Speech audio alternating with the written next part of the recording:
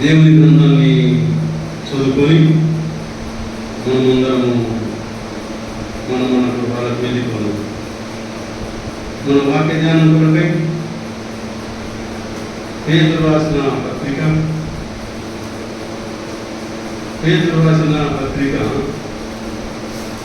4వ అధ్యాయం. పేతురు రాసిన మొదటి పత్రిక 4వ అధ్యాయము మొదటి నుంచి కొన్ని వచనాలు చదువుకున్నాం. క్రీస్తు శరీరమందు శ్రమపడిన కనుక మీరును అట్టి మనస్సును ఆయుధముగా ధరించుకుని శరీర విషయంలో శ్రమపడిన వారు శరీరమందు జీవించు నిండిన కాలము ఇక మీదట మధ్యాసలను అనుసరించి నడుచుకున్నాక దేవుని ఇష్టానుసారంగానే నడుచుకున్నట్టు పాపంతో జోలిక ఏమీ లేక మనము భోగిశాస్త్రాలు, దురాశలు, మద్యపానము, అల్లరితో కూడిన ఆటపాటలు, త్రాగుబోతుల విందులు, చేయదగిన విగ్రహ పూజలు మొదలైన వాటి యందు నడుచుకొనుచు అన్ని జనుల ఇష్టము నెరవేర్చుటకు గతించిన కాలము కాదు. ప్రార్థన చేసుకున్న మాటలు. ప్రేమ నమ్మకముగా మా తండ్రి నీకు స్తోత్రములు చెల్లిస్తూ ఉన్నాం. మమ్మల్ని అందరినీ కనికరించి ఈ ఆదివారము మాకు దయచేసిందుకే నీకు స్తోత్రములు చెల్లిస్తూ ఉన్నాం. ఆరాధన అంతటిలో నువ్వు కృప చూపించినదే, క్రమములను మర్యాదలను జరిపించినదే నీకు స్తోత్రములు చెల్లిస్తూ ఉన్నాం. ఇక్కడున్న స్థానిక సంఘంలో ఉన్న వారిని పేరున దీవించి ఆశీర్వదించండి. నాయన ఈ సంఘమును మనాటికి వర్ధిల్ల చేయమని ప్రార్థిస్తున్నాం.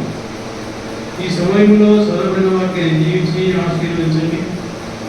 కొద్ది నిమిషాల్లో నీ వాక్యాన్ని మేము విని నేర్చుకొని ఈ విశ్వాస జీవిత యాత్రలో నీ వైపు చూసుకొని ముందుకు సాగే కార్యక్రమం అందుకు దయచేయమని మా ప్రియ ప్రభు రక్షకుడు యేసుక్రీస్తు పరిశుద్ధనామమున స్తోత్రం చెల్లించి ప్రార్థించి అడిగి వేడుకుంటున్నాను తండ్రి.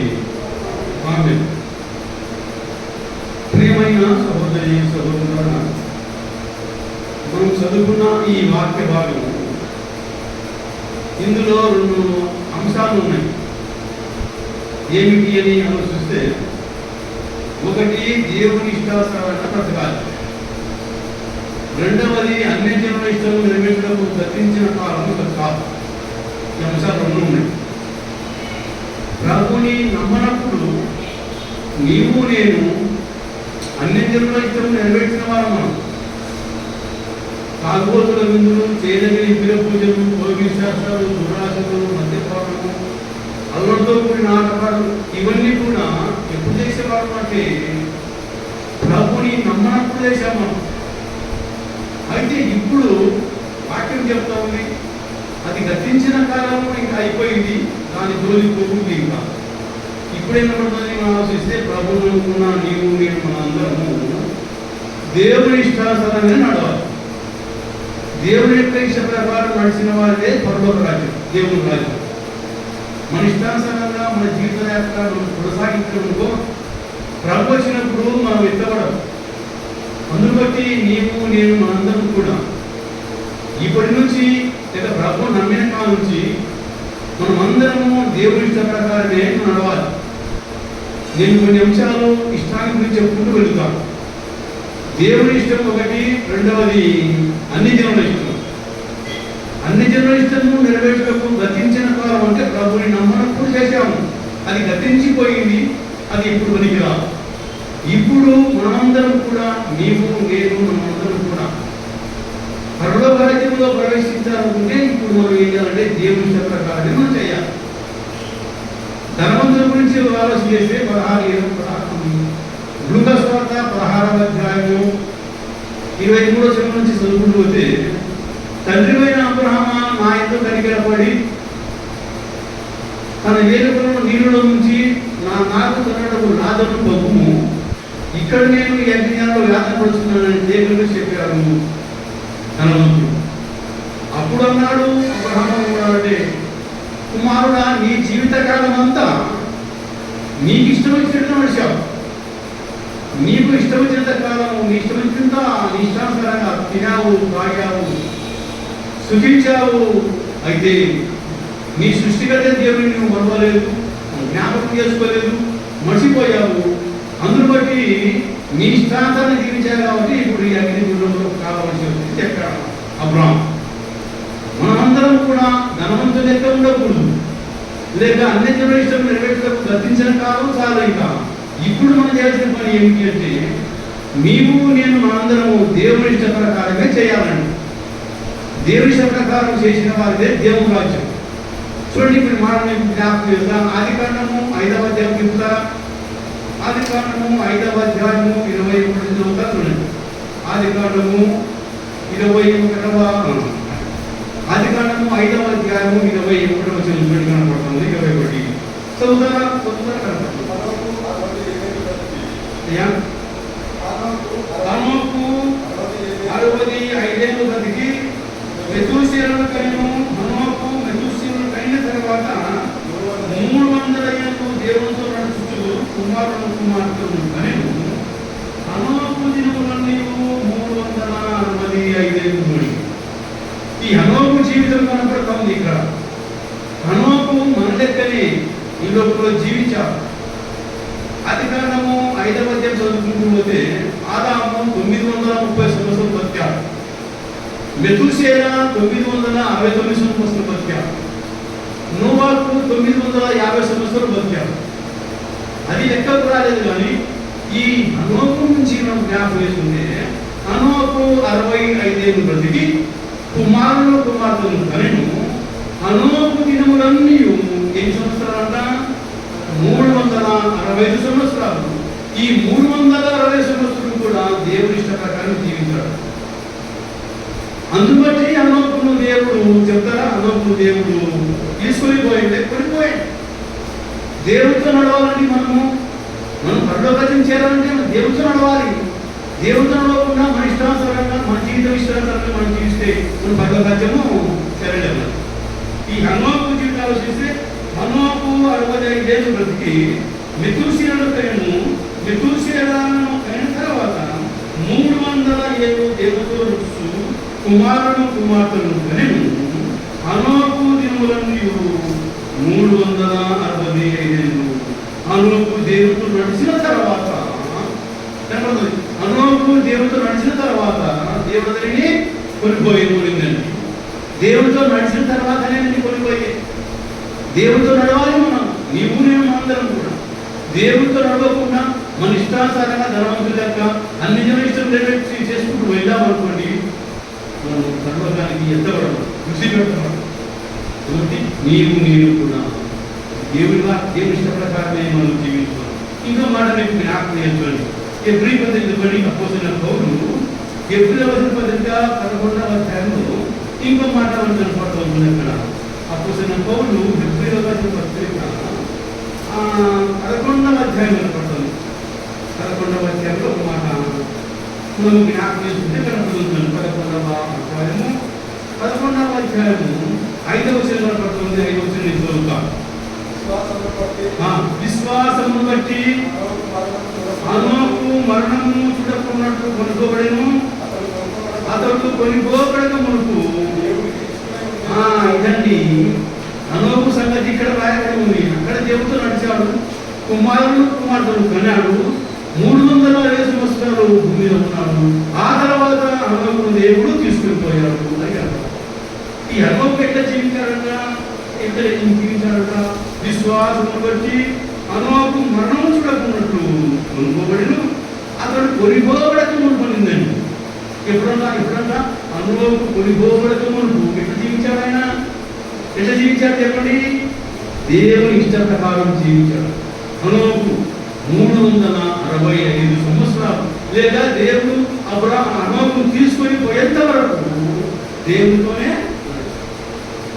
అది దేవుని యొక్క మనం చేయాల్సిన పని.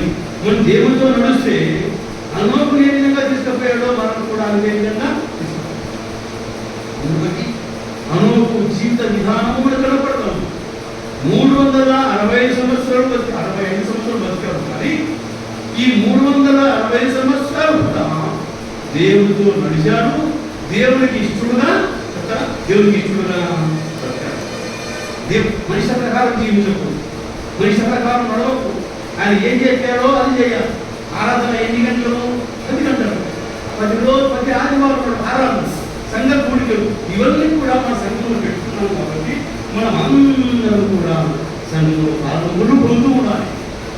నాన్న ఒక వారం ఎదుర్కొట్టి ఒక వారం రాకూడదు. 10 ఆదివారం ప్రభుని జ్ఞాపకము చేసుకోండి. అదే ప్రభు చెప్పారు, నన్ను జ్ఞాపకం చేసుకోవడానికి దీన్ని చేయండి అన్నాడు. ఆయన ఆజ్ఞను అతిక్రమించకూడదు, ఆయన ఆజ్ఞలను అనుసరించడమే ముఖ్యం. కానీ అతిక్రమించడం ఉపయోగం కాదు. అందుబట్టి ఇక్కడ మనోకు గురించి అవశిస్తే విశ్వాసము బట్టి మనోకు మరణం చూడకున్నట్లు కొనుక్కోబడను. అతడు కొనుక్కోబడిన మనకు దేవునికి ఇష్టమైన సాక్ష్యం పొందను. కాగా దేవుడిని చెప్పండి. దేవుడికి ఇష్టంగా బతికాడు. కాగా దేవుడు అతనిని తీసుకొని వెళ్ళిపోయాడు. దేవుని సన్నిధానంలో దేవుని మాట ప్రకారం జీవించారు. అన్నట్టు దేవునితో నడిచారు, విశ్వాసం ఉంచారు. అది జీవిత కాలం అంతా 360 సంవత్సరాలు కూడా దేవుడు నడిచారు, దేవునికి ఇష్టంగా బతికాడు. కాబట్టి అనుభవం దేవుడు తీసుకుపోయాడు. అందుబట్టి ఇక్కడ మనమంతా కూడా చేయవలసిన పని ఏమిటంటే మనం దేవునితో నడుచుకోవాలని మనకు వాక్యంలో రాయబడి ఉన్నారు. అందులో చూడండి, మాటలు జ్ఞాపకం చేసుకోండి. మార్కు సువార్త 3వ అధ్యాయం చెప్పండి. మార్కు సువార్త 3వ అధ్యాయము నేను మాటలు జ్ఞాపకం చేశాను. మార్కు సువార్త 3వ అధ్యాయము పదము చూస్తారా కనపడుతుంది. ఆయన కొండ ఎక్కి తనకిష్టమైన వారిని పిలువగా ఎవరిని పిలుస్తాడు అంటే ఆయనకి ఎవరైతే ఇష్టంగా ఉంటారో, ఎవరైతే ఈ శతకాలం జీవిస్తూ ఉంటారో, ఎవరైతే ఆయన మాట నడుస్తూ ఉంటారో వారిని మాత్రమే దేవుడు పిలుస్తాడని. పై భాగం నాకు చదివితే అదే 3వ అధ్యాయము 7వ నుంచి నేను చదువుతా, మీరు బైబిల్ తీసుకోండి. 3వ అధ్యాయము 7. యేసు తన శిష్యులతో కూడా సముద్రం వద్దకు వెళ్ళగా గలిలయ నుండి వచ్చిన గొప్ప జన సమూహము ఆయనను వెంబడించెను. మరియు ఆయన ఇన్ని గొప్ప కార్యములు చేస్తున్నాడని విని జనులు యూదయ నుండి, యెరూషలేము నుండి, ఇదుమా నుండి, యోర్దాను అవతల నుండి, తూరు సీదోను నుండి పట్టణ ప్రాంతంలో నుండి ఆయనకు గుంపులుగా వచ్చి జనులందరూ గుంపులుగా చూసి వారు తనను నిలుపుగా కలిగించాలనుకున్న చిన్న దూరేపడి సిద్ధపడ్డది. ఎక్కడి నుంచి వచ్చారు వారు అంటే నలుదిక్కుల నుంచి వచ్చారు. గుంపులుగా వచ్చారు. కానీ ఆయన కొండ ఎక్కించిన తర్వాత ఎవరు పిలిచాడంట చెప్పండి? తనకి ఇష్టమైన వారిని పిలిచాడు. నీవు ఆయనకి ఇష్టంగా ఉంటే పిలుస్తాడు దేవుడు. అనుభవం దేవుడికి ఇష్టడుగా బతికాడు కాబట్టి తీసుకుపోయారు. నీవు నేను మనమందరం కూడా ప్రభు వచ్చినప్పుడు ఎత్తపడాలి అంటే మనం జీవిత యాత్ర ముగిసే వరకు, ఈ లోకయాత్రలో ఉన్నంత వరకు, ఈ లోకంలో జీవించేంత కాలం నీవు నేను లేచుకొని ఒకటే దేవుడికి ఇష్టడుగా ఉంటారు. అది దేవుడు కోరుకునేది. వైభాగంలో గుంపులుగా వచ్చారు, నలుదిక్కులలో వచ్చారు. కానీ ఆయన కొండ ఎక్కించింత అందరూ నా దగ్గరికి రండి పిలిచారు. ఎవరు పిలిచారు చెప్పండి? ఆయన ఇష్టమైన వారిని మాత్రం పిలిచారు. అందరూ నిలవలేదు. ఆయన ఎవరైతే ఇష్టడుగా జీవించారో, ఇష్టడుగా ఉన్నారో వారు మాత్రమే యేసు ప్రభు వారికి పిలిచినట్టుగా మనకు వాక్యంలో రాయబడి కూడా. కొన్ని మాటలు మీకు జ్ఞాపకం చేస్తుంది, ఇంకొన్ని మాటలు నేను మీకు జ్ఞాపకం చేస్తుంది. అపోస్తల కార్యాల గ్రంథం 13వ అధ్యాయం తీసుకోండి. అక్కడ ఒక మాట మనం జ్ఞాపకం చేస్తున్నాం. 13వ అధ్యాయము 21 చూస్తారా? 13:21 చూస్తారు. 21. ఆ తర్వాత వారు రాజు కావాలని కోరగా దేవుడు బెన్యామీను గోత్రికుడును కీసు కుమారుడైన సౌలు వారికి 40 ఏళ్ళ వరకు దయచేసెను. తరువాత అతన్ని తొలగించి దావీదును వారికి రాజుగా ఏర్పరిచెను. మరియు ఆయన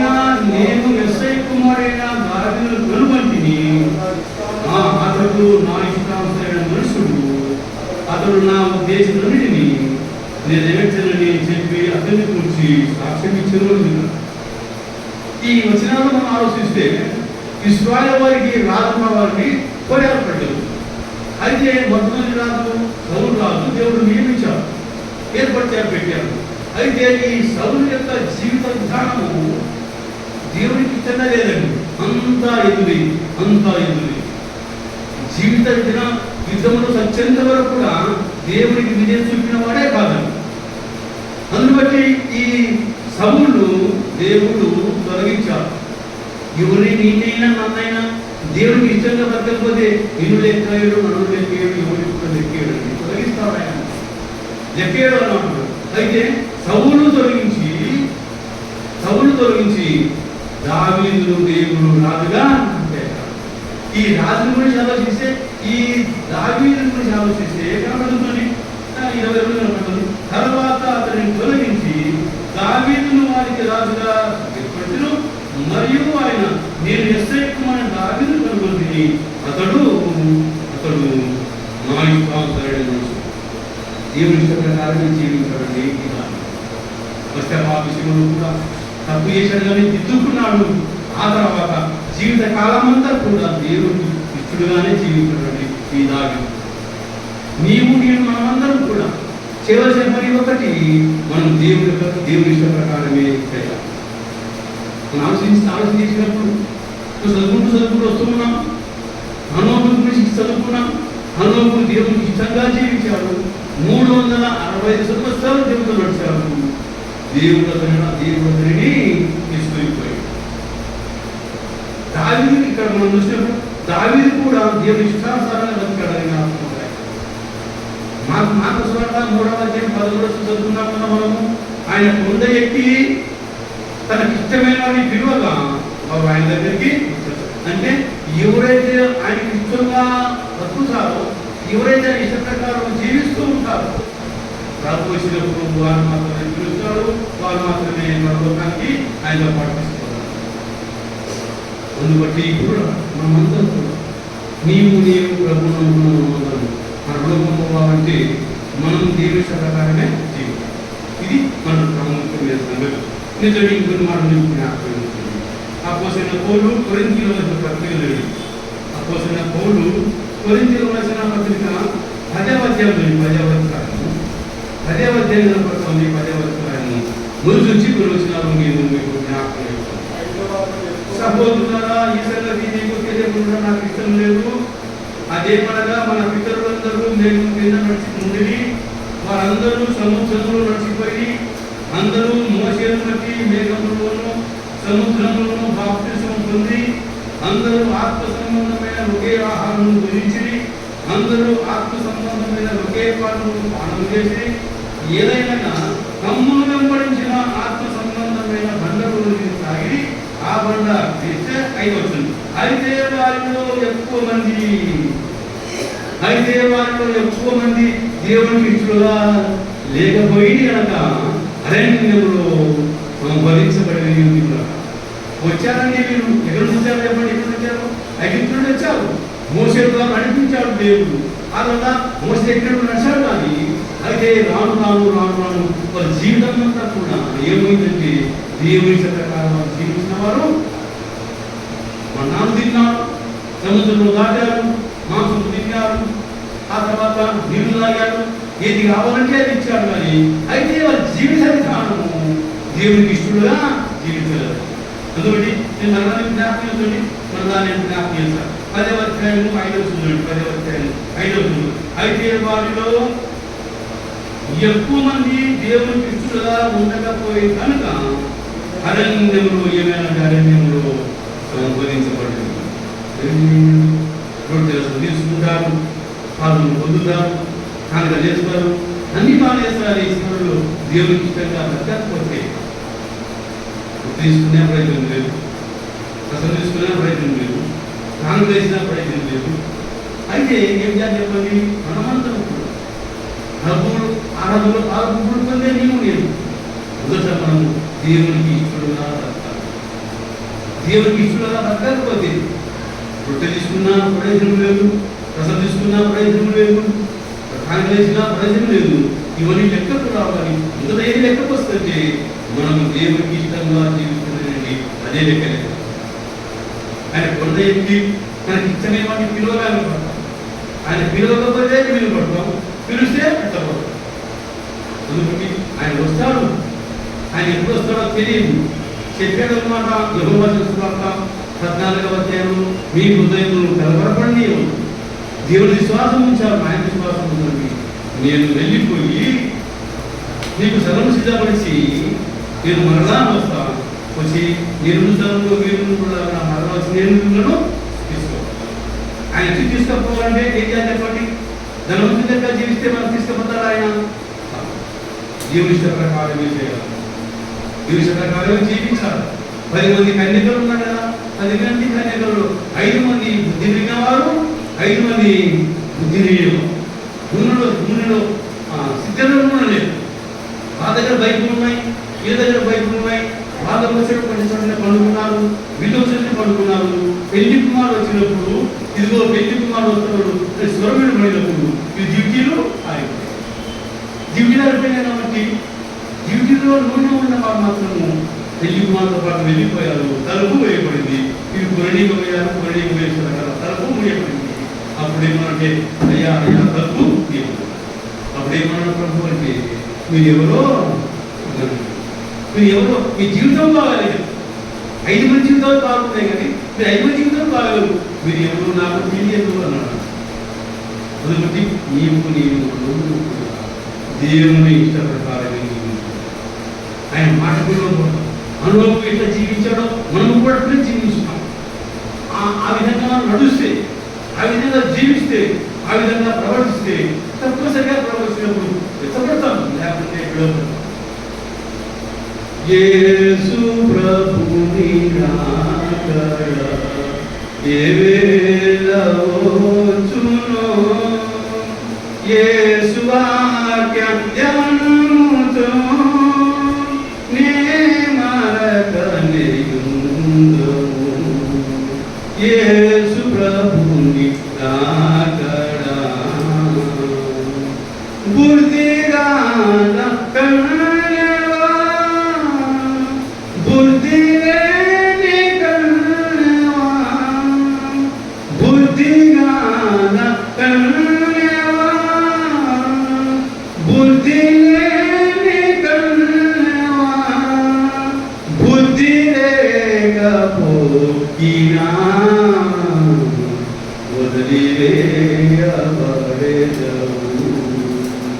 బుద్ధి లేకపోయినా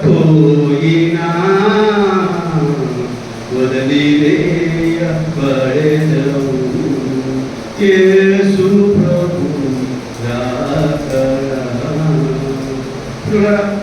ఆయన వచ్చినప్పుడు ఆయన రాకమునిపే మనం జాగ్రత్తగా ఉండాలి. మన సిద్ధంలో ఏమైనా చెప్పండి, మన సిద్ధంలో నూనె ఉండాలి, వాక్యం ఉండాలి, ప్రార్థన ఉండాలి.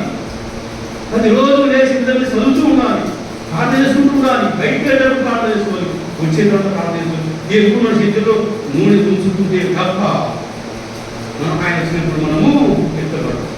మన సిద్ధంలో నూనె నింపుకోవాలి. అందుబట్టి మనం ఈ లోకంలో ఉన్నంత వరకు దేవుని ప్రకారమే జీవించాలని.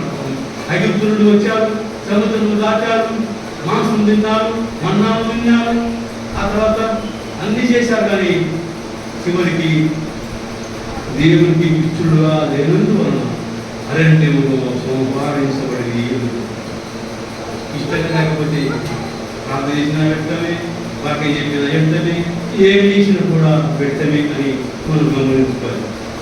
నాకు సరిపోయింది. దేవుని మాటలు జ్ఞాపకం ఇచ్చింది.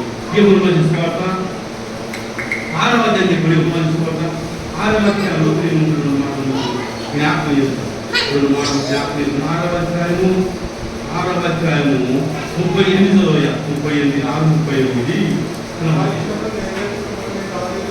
నా ఇష్టమును నెరవేర్చడం నేను రాలేదు, నన్ను పంపిన వారి చిత్తం నెరవేర్చడకే పరలోకము నుండి దిగి వచ్చి తిని.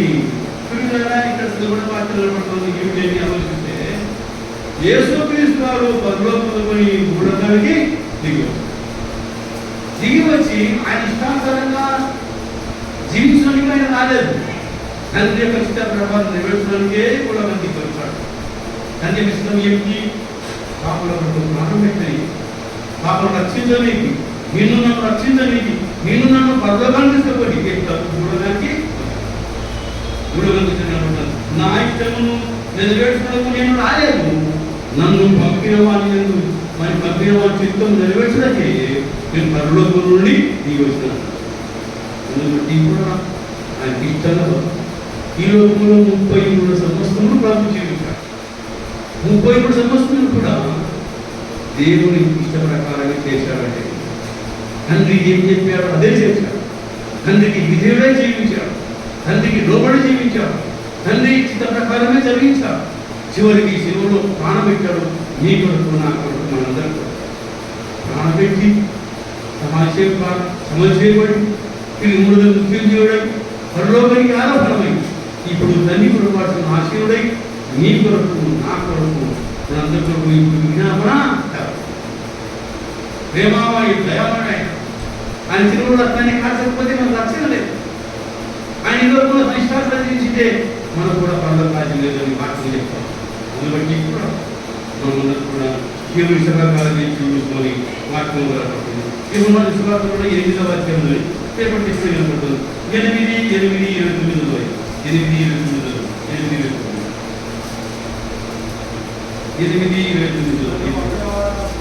నన్ను పంపినవాడు నాకు తోడై ఉన్నాడు. ఆయనకు ఇష్టమైన కార్యము నేను ఎల్లప్పుడూ చేయను కనుక ఆయనను ఒంటరిగా విడిచిపెట్టలేదని చెప్పాను. గమనించండి, నన్ను పంపినవాడు నాకు తోడే ఉన్నాడు అంటా ఉన్నాడు యేసుక్రీస్తు. యేసుక్రీస్తు వారిని పంపిణీది ఎవరు? యేసుక్రీస్తు వారిని పంపిణీది ఎవరు? తండ్రి కాబట్టి ఆయన చిత్త ప్రకారమే చేశాడమ్మా. అందరికీ ఏమనుకుంటున్నాను చెప్తే నన్ను పంపినవాడు నాకు తోడుగా ఉన్నాడు. నిన్ను రక్షించిన వాడు నీకు తోడుగా ఉన్నాడంటే ఏం చేయాలి చెప్పండి? ఆయన ఇష్ట ప్రకారమే చేయాలి. నీవు నేను ప్రభు నమ్మిన మనమందరం కూడా ఆయన ఇష్ట ప్రకారమే మనం జీవించాలి. జీవిస్తే దేవుడు మనకు తోడుగా ఉంటాడు. జీవించకపోతే మనం దేవుడు విడిచిపెట్టాలి. అదే కనపడుతుంది. ఏమిటని ఆలోచిస్తే పాత నిబంధనలలో న్యాయాధిపతుల గ్రంథంలో సంసోను వాడారు. సంసోను దేవుడు ఈ కారణం సంసోను దేవుడు విడిచిపెట్టాడు. కారణం ఏంటంటే ఆయన ఇశ్రాయేలు వారికి రక్షణ న్యాయపతిగా ఉండాలని పెట్టాడు. కానీ అయితే అంతా కూడా జీవితం అంతా కూడా ఉదాహరణ చేసుకొని చివరికి భక్తుడైపోయిన కనపడతాడు. చివరికి ఆత్మదేశం చచ్చిపోయాడనే. అందుబట్టి నీవు నేను దేవునికి ఇష్టంగా పడుతున్నాను.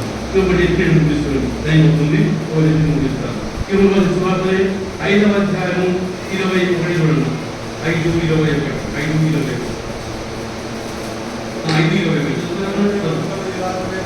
తండ్రి ముద్రను ఎలా లేపి బ్రతికించునో